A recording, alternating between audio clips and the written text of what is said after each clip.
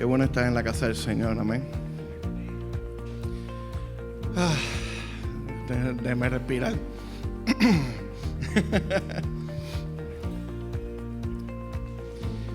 Qué tiempo interesante estamos viviendo, ¿verdad? Como diferente a las cosas que hemos vivido antes. Y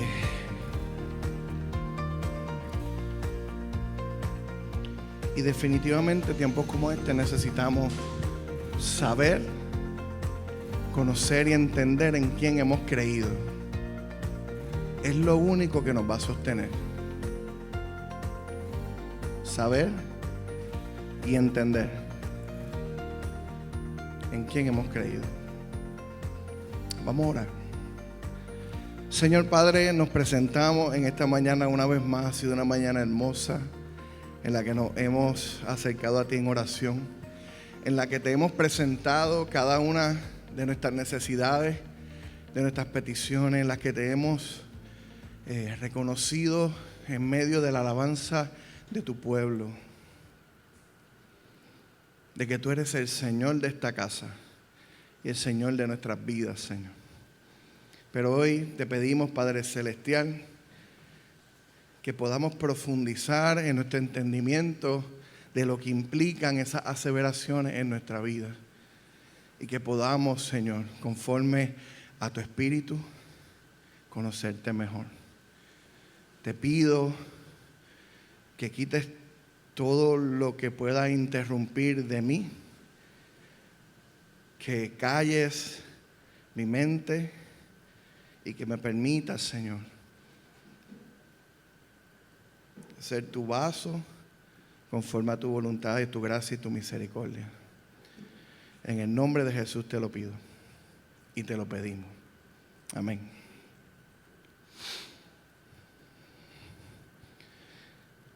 Quiero comenzar leyendo en Mateo 8, 23, 27. No va a ser mi texto nuclear, pero hay una ilustración ahí que quiero que agarremos. A veces cuando yo enseño amarrado a un texto, pero hoy va a ser un poquito más temático, ¿verdad? Vamos a estar viendo diferentes textos bíblicos. Los tengo aquí cerquita, pero le voy a invitar a que los apunte, que los estudie, los verifique después y que los siga conmigo, ¿verdad? En sus diferentes versiones. Mateo 8, 23, 24. Jesús calma la tempestad y dice así. Lo voy a estar empezando a leer desde el 25, ¿ok? Llegando a él, lo despertaron diciendo: Señor, sálvanos, que perecemos. Y él les contestó: ¿por qué tienen miedo, hombres de poca fe?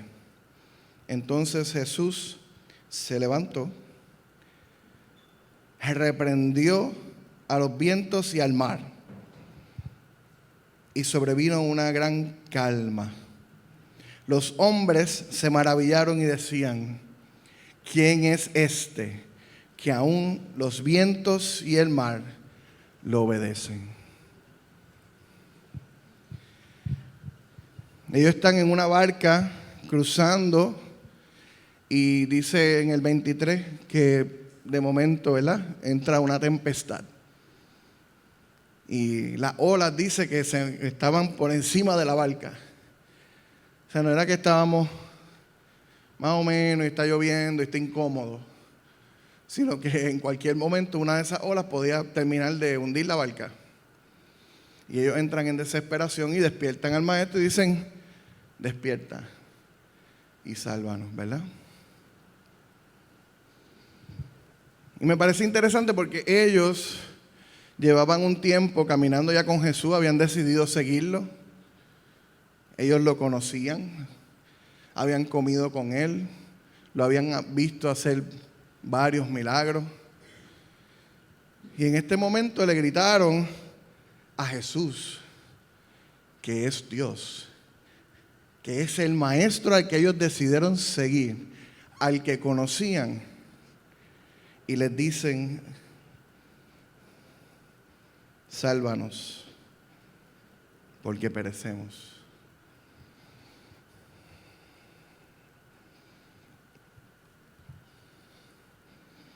Y Él les llama hombres de poca fe.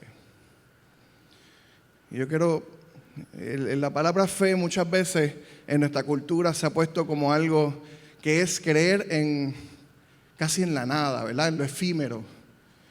Pero verdaderamente la fe viene cuando nosotros creemos en la evidencia que se nos ha dado. Por eso es que depositamos fe en las cosas. ¿Van conmigo? Cuando se nos presenta una evidencia, nosotros la evaluamos y decidimos creer en eso por la evidencia que se nos ha dado. Nosotros no creemos en Jesús por creer en Jesús.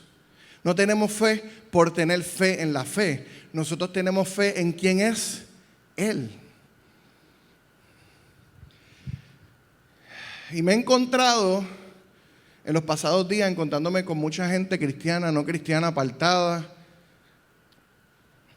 viejos, jóvenes, encontrándose, gritando de alguna manera: Señor, sálvanos porque perecemos. Y me parecía tan importante que pudiéramos entender lo que está pasando. Y para esto yo quiero hablar de una ilustración que viene de una raíz de la India, que se ha usado para muchas cosas, pero yo la quiero usar de esta manera. Así que si usted la ha escuchado antes, en algún otro contexto, le pido, ¿verdad?, que se quede conmigo aquí en la manera en la que yo la quiero usar. Entiendo que se usa en la psicología también. Y es la ilustración de los ciegos, un grupo de ciegos, en algunos casos 6 ciegos, en algunos casos 3 ciegos. Unos ciegos que conocen por primera vez a un elefante. Y usted se imaginará qué interesante sería eso, ¿verdad? ¿Por qué? Porque un elefante es bien grande. Entonces los ciegos tienden a palpar con sus manos para ir creando, ¿verdad?, una definición de lo que son las cosas. Ok, esto, que es que se pone el micrófono, ok, perfecto, ¿verdad? Y hay una asociación entre lo que palpamos y lo que entendemos que algo es. Y en esta parábola que se utiliza para ilustrar muchas veces diferentes perspectivas, estos ciegos se encuentran ante un elefante y ponen a uno en la parte de atrás y agarra la cola del elefante y dice: ya sé, un elefante es como una soga. Una soga fuerte que me puedo levantar. Y hay otros ciegos, lo ponen por el medio y él pone las manos así y dice: un elefante es como una pared. Listo, lo entiendo. Y después traen a otro y le toca por el frente del elefante. Y cuando lo toca, agarra la trompa así y dice: wow, un elefante es como una manguera. Ya lo entiendo. Pero ¿qué sucede? El elefante no es ninguna de esas cosas y es todas. El elefante es mucho más de lo que cada uno de ellos experimentaron en ese momento. ¿Van conmigo? Así nos pasa con Dios. Dios es mucho más de lo que tú has experimentado en tu vida. Pero el Señor, yo veo en momentos como este en la Escritura, cómo empieza a revelársele a los discípulos. Empieza a decirle: sí, ya tú has conocido que yo hago milagros, has escuchado mis palabras que a lo mejor hace que parezca un profeta o un gran maestro, a lo mejor has visto todas estas otras cosas. Parezco un rabino, parezco un profeta, parezco un hacedor de milagros. Pero en este momento, cuando Jesús se para y le dice a la naturaleza qué hacer, y la naturaleza le obedece, a ellos les viene una pregunta bien grande. Ellos dicen: espérate, esto no lo habíamos visto antes. Esto es otra cosa. ¿Quién es este que el viento y el mar lo obedecen? Porque olvidamos que el que está en la barca es Dios. Y lo engolo, Dios. Porque es que Dios es un término que se ha ido minimizando en nuestra cultura. Tenemos artistas que se ganan premios y se paran a darle gracias a Dios. Pero no sabemos a qué Dios ellos le están dando gracias. ¿Cuál es el Dios al que ellos les sirven? Porque en este tiempo hay tantas cosas a las que el hombre les sirve que no sabemos.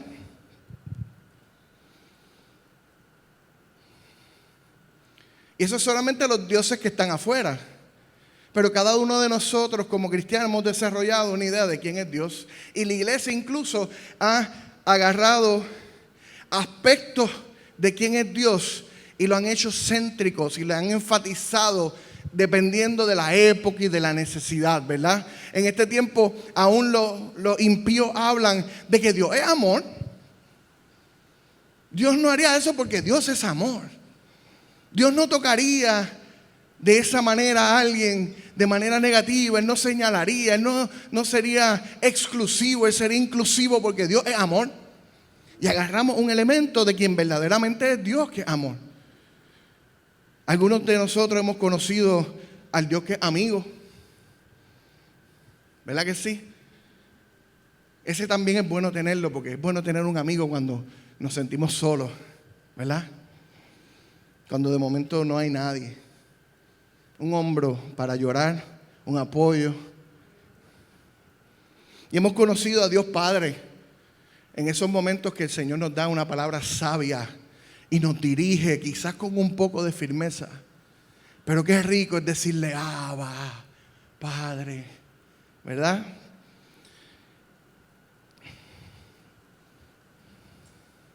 Hemos conocido al Dios ayudador, que en medio de las gestiones y las situaciones de la vida mete su mano y nos ayuda.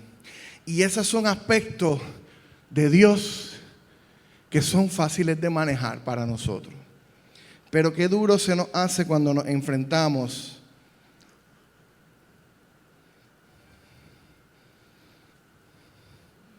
al Dios poderoso, al Dios que es grande en batalla, al Rey de Reyes, al Dios soberano.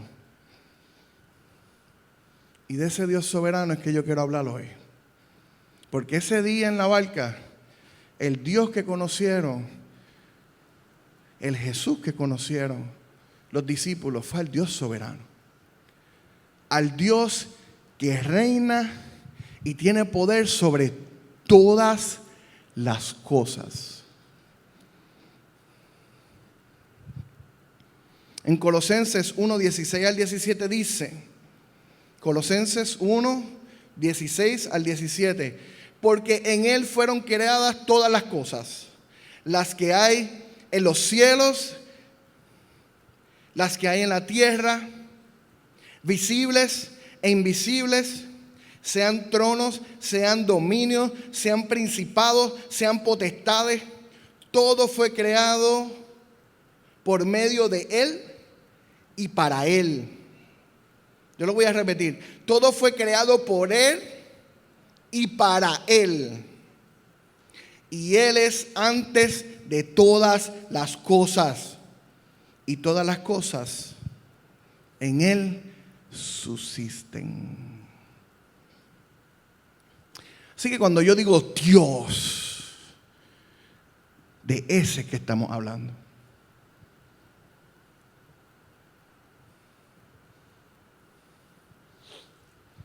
Y en nuestra humanidad, en nuestra naturaleza caída, pensar que Dios tiene tanto poder como acabamos de leer ahí, inconscientemente nos asusta.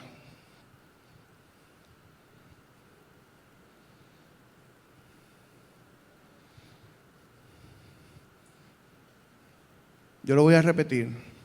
Pensar que Dios verdaderamente tiene todo ese poder que dice ahí, profundamente y a menudo nos asusta. ¿Por qué? Porque la experiencia que nosotros hemos tenido con ese tipo de poder aquí en la tierra, desde el punto de vista de hombres caídos, puede rayar hasta en tiranía.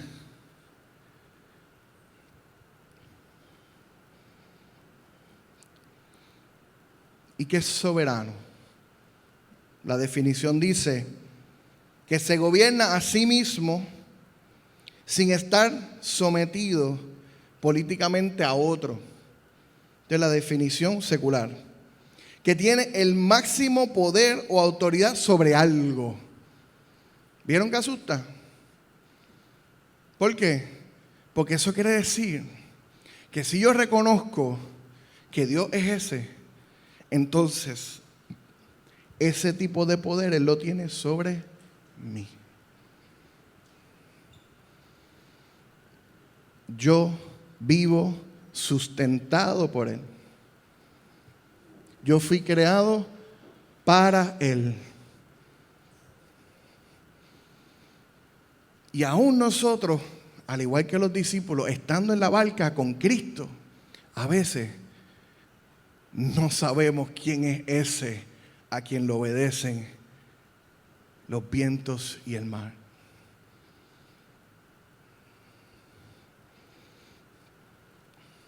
¿Qué es la soberanía de Dios?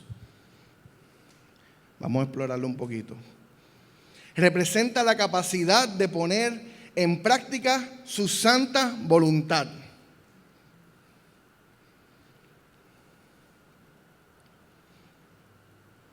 El Altísimo Señor del cielo y de la tierra tiene poder ilimitado para hacer lo que ha decidido.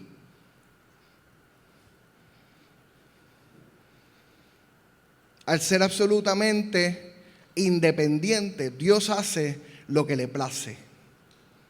Nadie puede disuadirlo, nadie puede obstaculizarlo. ¿Cómo es? ¿Sí? Nadie puede ser obstáculo. En su palabra Dios declara, dicho por Él, yo soy Dios. Imagino que ahí tiembla la tierra. Y ya estamos entendiendo un poquito más lo que es eso. Yo soy Dios y no hay otro Dios. Y nada hay semejante a mí. Digo, mi consejo permanecerá y haré todo lo que quiero. No me lo estoy inventando.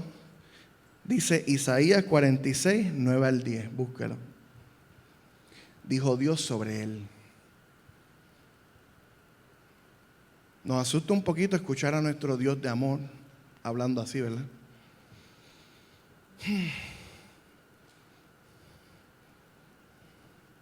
Nos asusta porque desde nuestro punto de vista, realmente nunca hemos visto nada de esto ser ejercido en perfección ni en santidad. Pensamos que una persona con ese nivel de poder va a ser caprichoso, puede tener de alguna manera una mala intención, puede abusar de tanto poder, puede de alguna forma sus decisiones afectarme a mí negativamente. ¿Qué pasa si lo que yo quiero no es lo que Dios quiere? ¿Qué pasa si lo que le pido a Dios no es lo que está en su voluntad?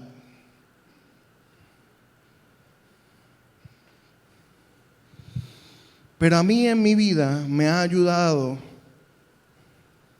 a manejar estos 5 parámetros que yo les voy a compartir hoy. 5 parámetros de esa soberanía de Dios que nos da un poquito de paz en vivir sujetos, vivir rendidos, vivir confiados a lo que sea que Dios decida hacer con mi vida, con mi isla, con este mundo. Y me ayuda a mí a vivir de una manera quizás llena de paz. Vamos para el punto número 1. Voy a estar leyendo algunos versículos bíblicos. Son muchos, así que voy a tratar de no tomarme mucho tiempo con ellos. Son 5. Vamos allá. Dice, Dios no puede hacer nada que vaya en contra de su propio carácter. Ahí encontramos un parámetro. ¿Saben lo que es un parámetro, verdad? Aquí dentro de este espacio hay un parámetro donde terminan las losetas, donde encontramos las paredes. Son las esquinas donde algo empieza y termina. ¿Verdad que sí? Cuando hablamos de parámetros, vamos a ver dónde es que empieza y termina esa soberanía de Dios, ¿verdad? Dios no puede hacer nada que vaya en contra de su carácter. Debido a que Dios es inmutable, o sea, no cambia, tampoco cambia de ánimo, eso no es inalterable. Sus palabras deben reflejar su integridad. Eso lo vemos en Números 23, 19, donde dice, Dios no es hombre para que mienta, ni hijo de hombre para que se arrepienta. Él dijo y no hará. Él habló y no lo ejecutará. No es posible. Así que Dios no está con estos cambios de ánimo, donde yo dije, yo voy a hacer esto por el mundo. Ay, ya se me quitaron las ganas, ahora no lo voy a hacer. Que ya hoy como que, no. Yo iba a visitar la catacumba y a poner mi presencia allí, porque yo dije que en medio de la alabanza, pues yo iba a estar, pero hoy yo no tengo ganas. Hoy no tengo ganas, yo hoy no voy a hacer acto de presencia en la adoración de la catacumba. Sorry. Son cosas que no van a pasar, porque Dios no está en ese cambia que hemos conocido nosotros, la inconsistencia emocional que tenemos nosotros a veces, ¿verdad? Como consecuencia, Dios no puede mentir. Y en Hebreos 6 al 18 dice, para que por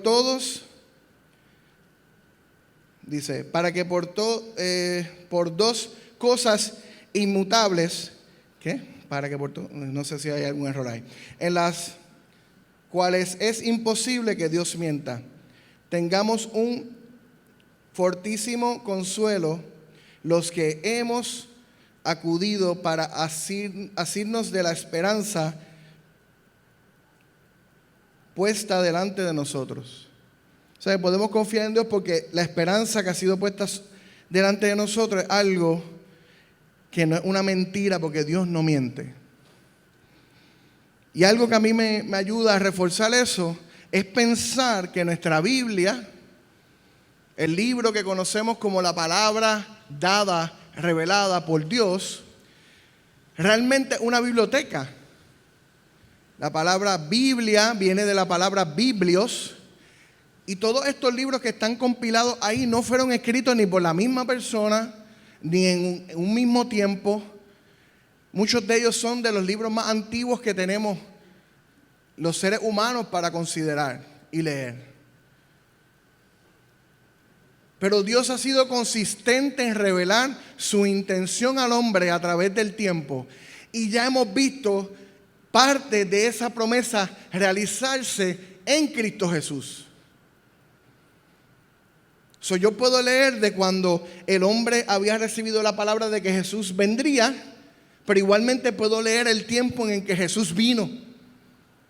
Y puedo ver cómo Jesús, Jehová Dios, han cumplido la promesa hecha. Y eso me da seguridad. En todas las cosas Dios no solo continúa siendo veraz, sino que cumple todas las promesas que hace. Amén. Punto número 2 de los parámetros de Dios. Dios no puede ser tentado por el mal.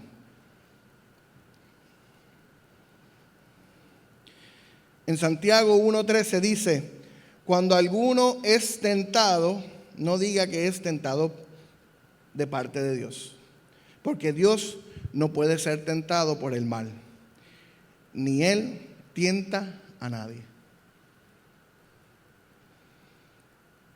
Aunque Dios a menudo nos prueba, Él no tienta a nadie.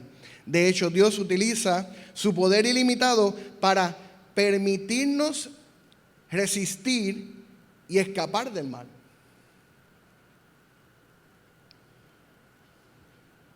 En 1 Corintios 10:13 dice, no os ha sobrevenido ninguna tentación que no sea humana, pero fiel es Dios, que no os dejará ser tentados más de lo que podéis resistir, sino que dará también juntamente con la tentación la salida para que podáis soportar.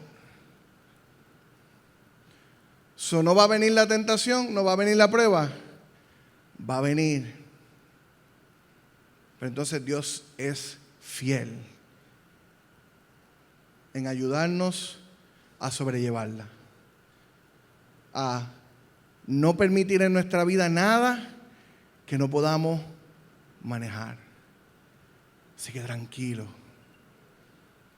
porque entonces todo lo que pase en tu vida, grande o chiquito, puedes confiar de que está dentro de lo que Dios te ha capacitado para hacer, aunque tú mismo no lo creas.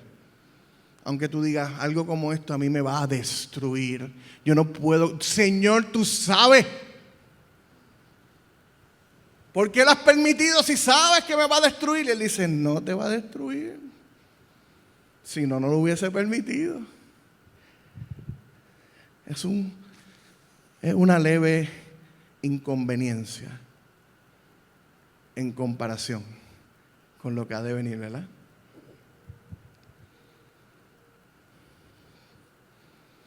Punto número 3. Dios no puede negarse a sí mismo ni contradecirse. O sea que Dios dice, permanece fiel a las promesas de sus pactos. Vamos a ver, Malaquías 3:16. No quiero que usted piense que yo estoy bien pompeado y entonces pues lo que, ¿verdad? Bendito, está inventando, lo dice aquí. Porque yo Jehová no cambio. Malaquías 3:6 dicho por Él. O sea, no por Jesús, o sea, por Jehová. Por esto, hijos de Jacob, no habéis sido consumidos. ¿Por qué le dice eso a los hijos de Jacob? ¿Quiénes son los hijos de Jacob? Son el pueblo de Dios escogido, con quien Él dijo que iba a hacer ¿qué? Una gran nación, de donde Él dijo que Él iba a sacar a el Salvador. Así que dice que por los planes que ya Él tenía con ellos, por lo que Él había dicho que Él iba a hacer, era que no habían sido consumidos. Porque Él no se contradice. Él no dice, eres el escogido. Ay, ya no, ahora me gusta más este. Te has portado muy mal. No me caes bien ya. Eso no va a pasar. Porque Él no puede contradecirse. Una promesa es tan verdadera como la persona que la hace. ¿Usted le ha pasado eso? ¿Usted se ha dado cuenta de eso?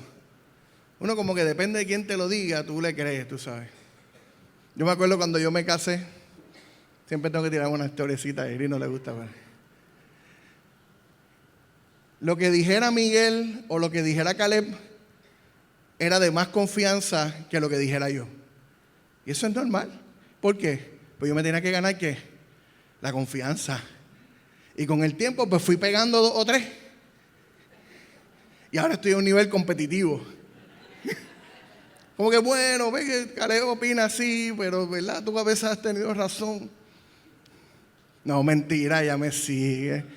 Ella me sigue, eso es una chulita.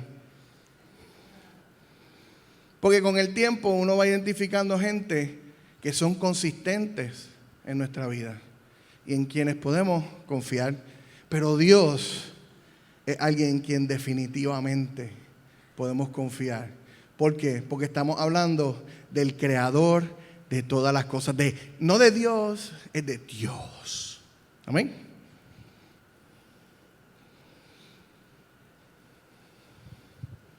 Una promesa es tan verdadera como la persona que la hace. Al igual que Dios, su palabra es inmutable. Y esto lo vemos en 1 Samuel 15:29, donde dice: Además, el que es la gloria de Israel no mentirá, ese es Jehová, ni se arrepentirá, porque no es hombre para que se arrepienta. ¿Quiénes son los que se arrepienten? Los hombres. Él es Dios. Dios no ha revocado lo que ha dado, ni desecha a quien ha escogido. Seguimos a Romanos 11:29. Porque irrevocables son los dones y el llamamiento de Dios. Amén. Cuarto parámetro. 4. Dios no puede perdonar el pecado mientras no haya sido pagado. Debido a que Dios es justo, no puede simplemente hacer borrón y cuenta nueva. Eso es un parámetro, porque diríamos, pero Él no es todopoderoso. Él lo que tiene que hacer es decir, pues está bien, pues lo perdonamos y lo dejamos ahí. Pero es que Él no puede contradecirse. En Romanos 3:23 dice: porque la paga del pecado es muerte, mas la dádiva de Dios es vida eterna en Cristo Jesús, Señor nuestro. Él buscó la manera. Alguien tenía que pagar. Si todavía tenías dudas por qué Cristo, si todavía te preguntabas por qué le servimos a Cristo y no directamente a Dios, es que ya había algo establecido. Alguien tenía que pagar. Cristo clamó en el jardín de Getsemaní: Padre mío, si es posible, pasa de mí esta copa. Cristo tuvo que soportar una terrible agonía física y espiritual. La justicia perfecta de Dios pronunciada sobre el pecado. Dice la palabra que Él se hizo pecado, que todo el pecado fue sobre Él porque era santo y puro, y Él se llevó todo el castigo. Pero alguien tenía que pagar. No podemos decir que Dios se arrepintió y por eso mandó a Cristo. No, se tenía que pagar y se pagó. Parámetro número 5. Dios no puede forzar a nadie a amarlo. Interesante. Ni a recibir su regalo de salvación eterna mediante Jesucristo. Es un acto de libre albedrío del hombre. Juan 1, 11 al 13 dice: a los suyos vino, y los suyos no le recibieron. Mas a todos los que le reciban, a los que creen en su nombre, les dio potestad de ser hechos hijos de Dios, los cuales no son engendrados de sangre, ni de voluntad de carne, ni de voluntad de varón, sino de Dios. Así que Dios dijo que todo aquel que identificara a Cristo como un sacrificio que era el suyo, todo aquel que dijera: en mí hay pecado, ¿cómo lo limpio? Mira, hay un cordero allí. Ese cordero, dijeron que si yo decía que era mío, si yo decía que yo me hacía uno con ese pacto, yo iba a recibir la limpieza de ese cordero. Yo puedo recibir ese perdón de mis pecados.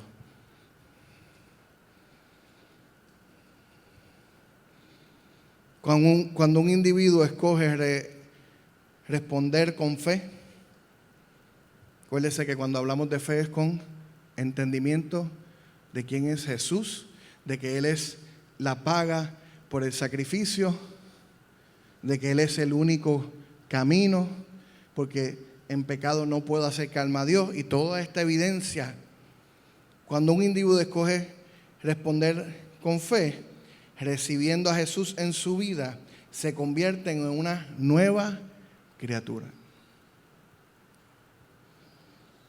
Ok, con estos 5 parámetros, entonces, ¿cómo podemos ver entonces claramente lo que es la soberanía de Dios? Aunque la soberanía de Dios es infinita, el uso de su poder está delimitado por sus otros atributos. Algunos de ellos son características tales como veracidad, bondad, fidelidad, justicia y el amor. Definen cada una de las acciones de Dios. Si un atributo estuviera desproporcionado o exagerado, esto resultaría en un caos a nivel universal. Todo se saldría de orden. Dios no favorece a un individuo por su estatus social, nacionalidad o bienes materiales. A veces se nos hace como, ¿verdad? Nosotros somos gente bastante exclusiva, no nos damos cuenta.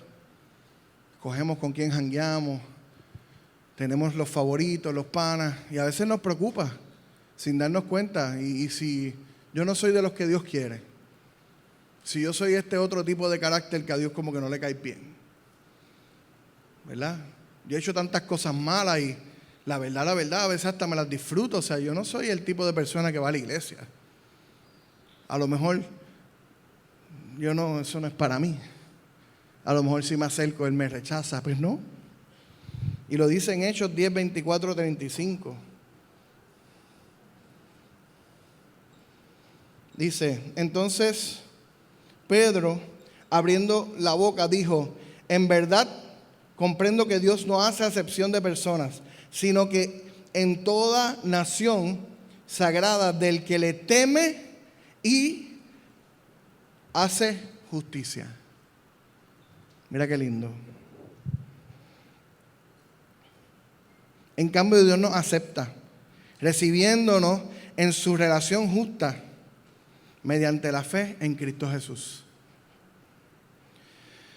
Por la soberanía de Dios tenemos libertad, libre albedrío, y somos capaces de elegir y tomar decisiones que moldean nuestras vidas. Aunque no poseemos el poder infinito de Dios, podemos someter nuestro corazón, nuestra alma y nuestra mente de manera que concuerden con su santa voluntad. De esta manera honramos al Creador y sustentador de todas las cosas, reconociendo que Dios es verdaderamente soberano.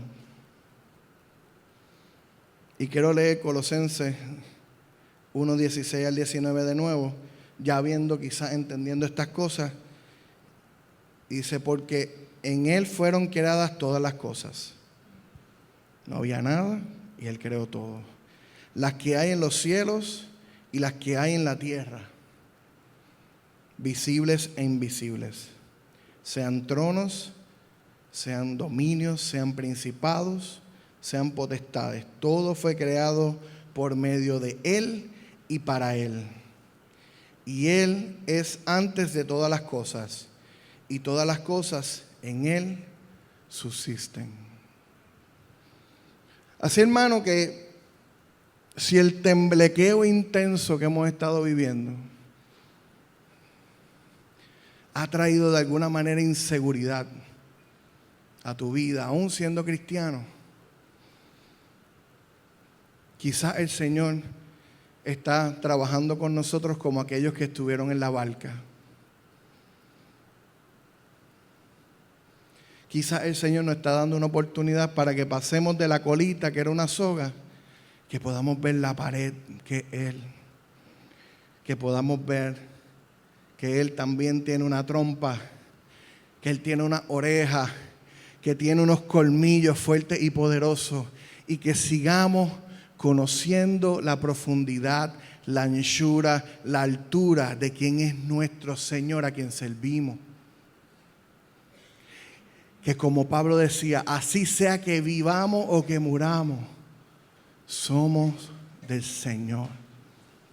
Que nuestra esperanza está puesta en las promesas que dice la Escritura, que son buenas nuevas de salvación. Que lo que dicen es que cuando recibimos a Jesucristo como Salvador, tenemos morada en el cielo. Que resucitaremos de este mundo. Que tendremos vida eterna y que estaremos juntamente con Él. Por eso es que nos convertimos en cristianos, hermanos. Por la esperanza que está delante de nosotros. Por eso es que salimos a evangelizar, porque necesitamos que todo aquel que está desesperado reciba esperanza. Porque nuestra fe está anclada en la evidencia de la Escritura de que Dios ha sido fiel, que ha cumplido sus promesas, que es poderoso, que es milagroso, que es misericordioso, pero por encima de todo, que fuimos creados para Él, por Él, y en Él es que tenemos vida.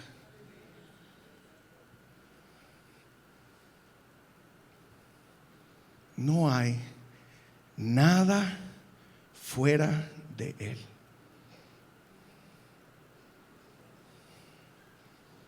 ¿Usted sabe por qué Pablo era tan valiente?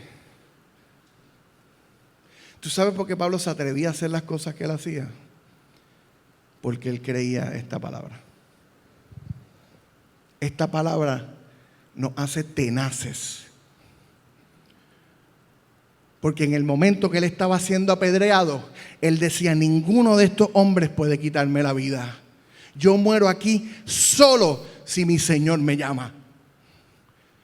Porque Él tiene mi vida en sus manos. No ningún hombre, no ningún temblor, no ningún trabajo.